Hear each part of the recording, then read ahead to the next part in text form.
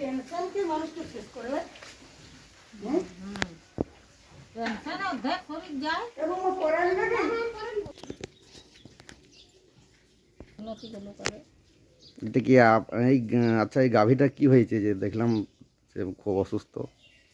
গাভীটা এমনিতে গরু ইয়াকে মারিছে। আচ্ছা আচ্ছা, দৌড়া বাঁধ দিয়েছিল। তা কোনো চিকিৎসা সেরকম না হয়েছে? সেরকম ডাক্তার সামনাসামনি নাই কোনো। আচ্ছা, আর চেষ্টা করেছেন, ডাক্তার হ্যাঁ পাননি? চেষ্টা করেছিলাম। কোনো রকম সহায়তা সাহায্য কোথা থেকে পাননি? না 9 মাস গর্ভবতী। আচ্ছা, গাভীটা কি মানে দেখেই মনে হচ্ছে উনি তো বাচ্চা প্রসব করবে কিছুদিন পরেই।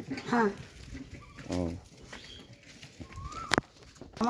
আমারও একটি গাভী, আমি প্রচণ্ড গরিব, আমি ওইটি নিয়ে থাকি। আচ্ছা আচ্ছা, কোনো রকম সাহায্য বা কোনোভাবে ডাক্তার চিকিৎসা পেলেন না আপনি? না। হ্যাঁ, আপনি এখন খুবই অসহায় বোধ করছেন হ্যাঁ। নিজে। হুম, হ্যাঁ তাহলে কি করবেন এখন দেখি? এই যে গাভীর অবস্থা দেখুন, গাভী উঠতে পারছে না, অথচ একটা আমরা গ্রামে বসবাস করি, দক্ষিণ বাঁকুড়ার তালনাংরা থানার নিকটবর্তী গ্রামে আমরা বসবাস করি, অথচ চিকিৎসার জন্য কোনো রকম কোনো কাউকে পেলাম না। খুবই দুঃখজনক। এতদিন এই পরও আমরা চিকিৎসার জন্য কোনো রকম তা পেলাম না।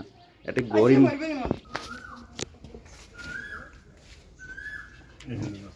সাধারণ মানুষই চেষ্টা করছে বাঁচাবার।